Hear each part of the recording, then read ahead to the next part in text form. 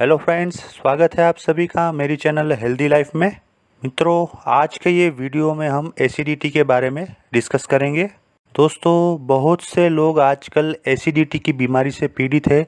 उसके पीछे बहुत सारे कारण हैं, जैसे कि खाने की अनियमितता, होटल का फूड खाना, तीखा एवं मसालेदार खाना खाना, ये सब रहने की आदतें, खाने पीने की आदतें, ये सब एसिडिटी के पीछे कारण होते हैं। अगर आपको एसिडिटी की प्रॉब्लम है और आप चाहते हैं कि फ्यूचर में आपको एसिडिटी की प्रॉब्लम ना हो, तो कृपा करके ये वीडियो अंत तक देखिएगा। एसिडिटी की टोटल इन्फॉर्मेशन, उसका एलोपैथिक और आयुर्वेदिक उपचार, ये सब हम आज के ये वीडियो में डिस्कस करने वाले हैं। पहले तो बात करते हैं कि एसिडिटी क्यों होती है। दोस्तों, हमारे पेट में HCl यानी कि हाइड्रोक्लोरिक एसिड नाम का जो एसिड होता है, उसकी वजह से हमको भूख लगती है। ये HCl को ही जठराग्नि कहते हैं। दोस्तों, अगर ये HCl यानी कि हाइड्रोक्लोरिक एसिड ज़्यादा मात्रा में छूटता है, यानी कि ज़्यादा मात्रा में पेट में रिलीज़ होता है, तो एसिडिटी होती है। और अगर कम मात्रा में रिलीज़ होता है तो मंदाग्नि होता है। ये बात को एक सिंपल उदाहरण से समझते हैं। दोस्तों, अगर हमने चूल्हे पे कुछ खाना पकाने को रखा है और यदि हम चूल्हा बिल्कुल धीमा रखें या चूल्हा बिल्कुल ना जलाए, तो जो भी खाना रहेगा वो कच्चा होगा। और यदि हम चूल्हे को ज़रूरत से ज़्यादा जला देंगे, यानी कि वो अग्नि की मात्रा ज़्यादा कर देंगे, तो जो भी खाना है वो जल जाएगा।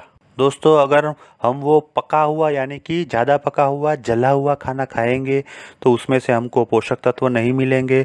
और अगर हम कच्चा खाना खाएंगे तो उसको हम पचा नहीं पाएंगे। इसका मतलब ये हुआ कि मित्रों, खाने को पकाने के लिए जितना ज़रूरी है उतना ही अग्नि होना चाहिए। कम अग्नि भी नहीं चलेगा और ज़्यादा अग्नि भी नहीं चलेगा। तभी जाके हम वो खाने को ठीक से पचा पाएंगे और हमारा पाचन तंत्र उसमें से न्यूट्रिशन को एब्जॉर्ब कर पाएगा। और ठीक से पचे हुए खाने में से हमारे शरीर में सप्त धातु बनती है और उसमें से हमारा शरीर ठीक तरह से काम करता है।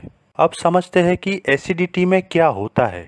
दोस्तों, एसिडिटी में ज़रूरत से ज़्यादा एसिड यानी कि हाइड्रोक्लोरिक एसिड होने की वजह से खाना पचता नहीं है, बल्कि जल जाता है। यानी कि वो खाना, उसका पोषक तत्व हमारा शरीर उसमें से एब्जॉर्ब नहीं कर पाता है। दोस्तों, ये जो एसिड ज़्यादा रिलीज़ होने की समस्या है, उसके दो तरीके से इलाज हो सकते हैं।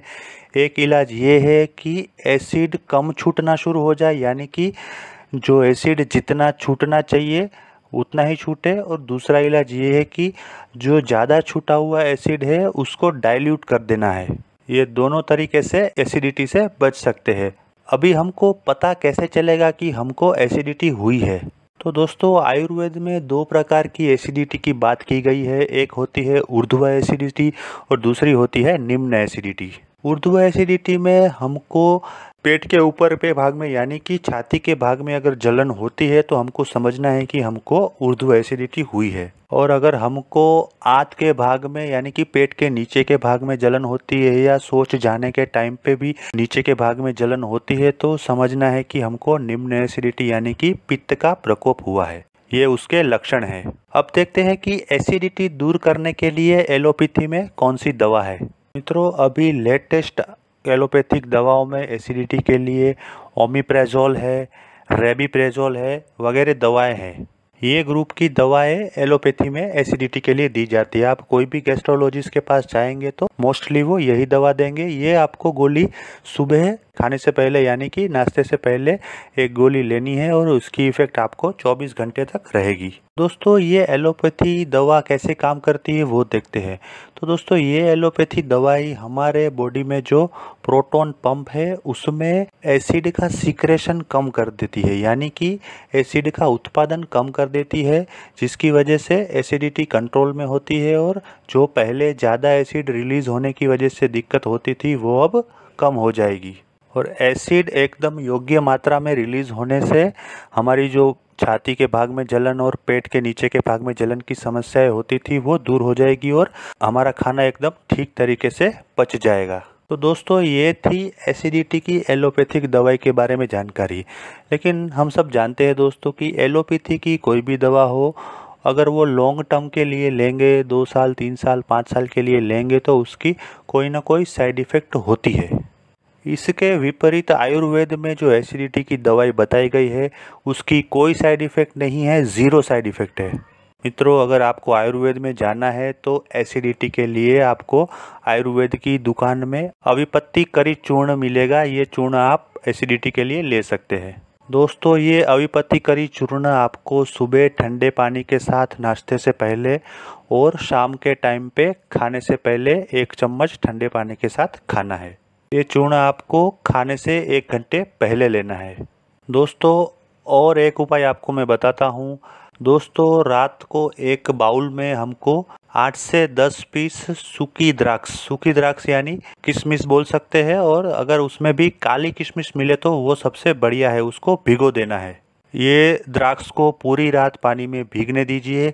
सुबह वो द्राक्ष पानी पी के फूल जाएगी तो हमको क्या करना है, वो द्राक्ष को हाथ से मसल के एकदम उसमें से रस निकाल देना है और वो पानी को एक छलनी से छल लेना है और उसके बाद वो पानी पी लेना है।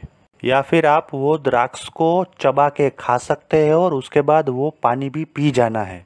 ये करने के बाद आपको 1 घंटे तक चाय भी नहीं और नाश्ता भी नहीं, कुछ खाना या पीना नहीं है। दोस्तों, याद रहे कि ये द्राक्ष का पानी हमको खाली पेट पीना है। दोस्तों, ये उपचार आप हमेशा के लिए डेली बेसिस पे कर सकते हैं। इसकी कोई साइड इफ़ेक्ट नहीं है।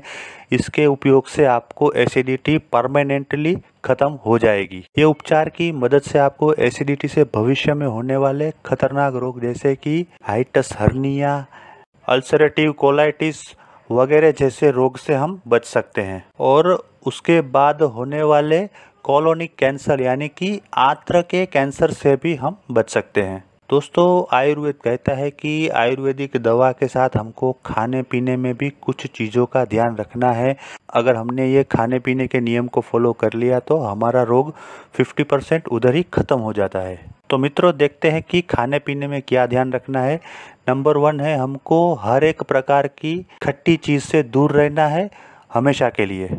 हाँ, लेकिन आप केवल आंवला खा सकते हैं। आंवले का खट्टापन एसिडिटी के लिए हानिकारक नहीं है। मसाले वाला तीखा तला हुआ खाना हमेशा के लिए छोड़ देना है।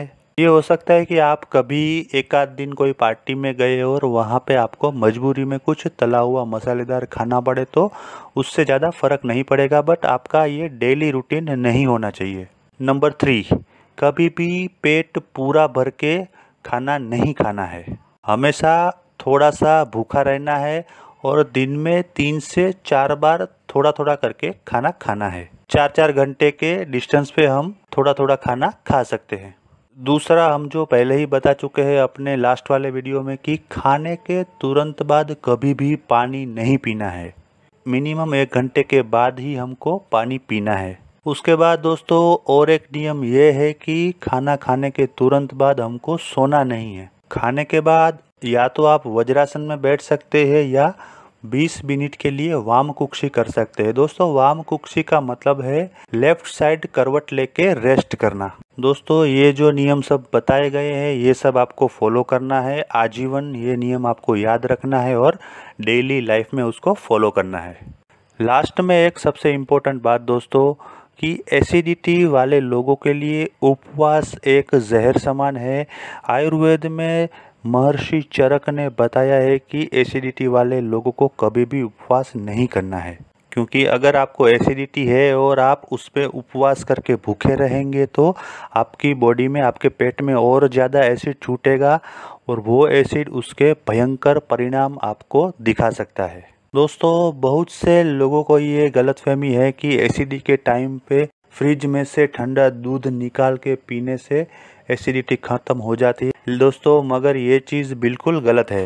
तो दोस्तों, अगर आपको जलन सी महसूस होती है तो आपको ठंडा पानी पीना है, लेकिन ठंडा दूध बिल्कुल नहीं पीना है, क्योंकि अगर हम दूध में नींबू निचोड़ेंगे यानी कि साइट्रिक एसिड डालेंगे तो वो भी एसिड बन जाता है। तो दोस्तों, मैं ये आशा करता हूँ कि इतनी लंबी चर्चा के बाद आपके मन में एसिडिटी क्या है, उसको कैसे कंट्रोल में रखना है, उसके एलोपैथिक एवं आयुर्वेदिक उपाय क्या है और क्या क्या खाने पीने के नियम हैं, ये सब नियम क्लियर हो गए होंगे। यदि आपको ये वीडियो पसंद आया है तो लाइक कीजिए, कमेंट कीजिए तथा अपने दोस्तों और परिवारजनों में इसे शेयर कीजिए।